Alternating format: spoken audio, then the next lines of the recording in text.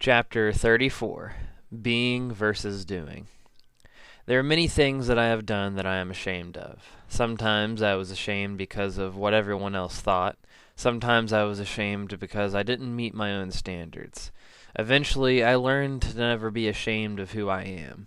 It's pointless. It's like being ashamed of preferring chunky tomato sauce. I never got a say in my preference for chunky tomato sauce, so what point is there in holding myself accountable for it? But I do make mistakes. It is my own standards and virtues that compel me to refine my actions. That is something that I can influence. We live in a do culture. Go out to a party and start talking to someone. So what do? We usually reply with whatever job we have at the time.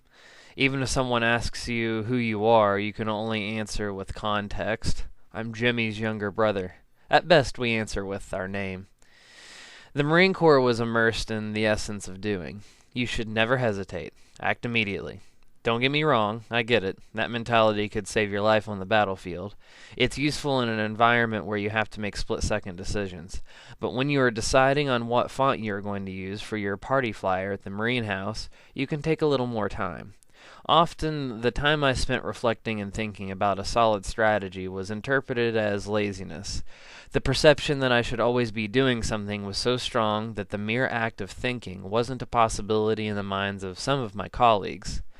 I need time to do nothing. Some people are superstars. They can keep going forever. Their energy seems endless. I am not one of those people.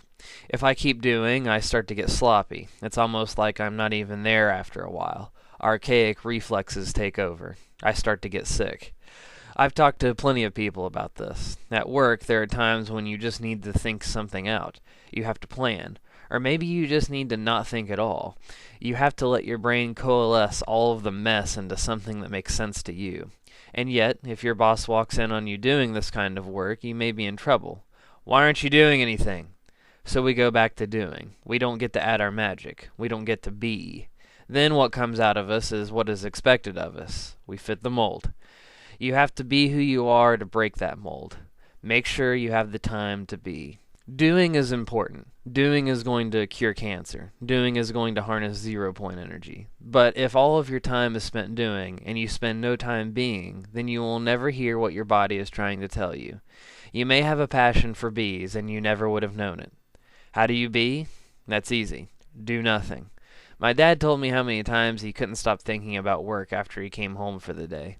He was a plumber for 30 years. He worked on construction sites. Architects would draw these drawings. They were beautiful drawings, but they didn't always translate into reality.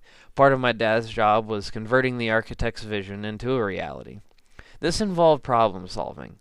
My dad would come home with these problems still in his head. He would go to sleep. Every once in a while, he would dream that he was at work. In his dream, he would solve the problem. He would go back to work the next day. He would solve the problem like he did in his dream. How did he do it? He went to sleep. The universe took care of the rest. I bring up the idea of being and doing because I see an imbalance in our society. I want you to be balanced. It will make you happier. When you are angry, what is the best thing that you can do? Nothing.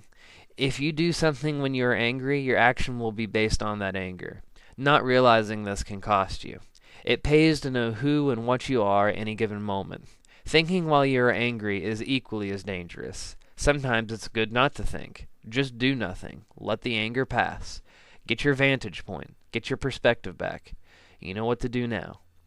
So you already know how to be. You do nothing. But how do you know who and what you are?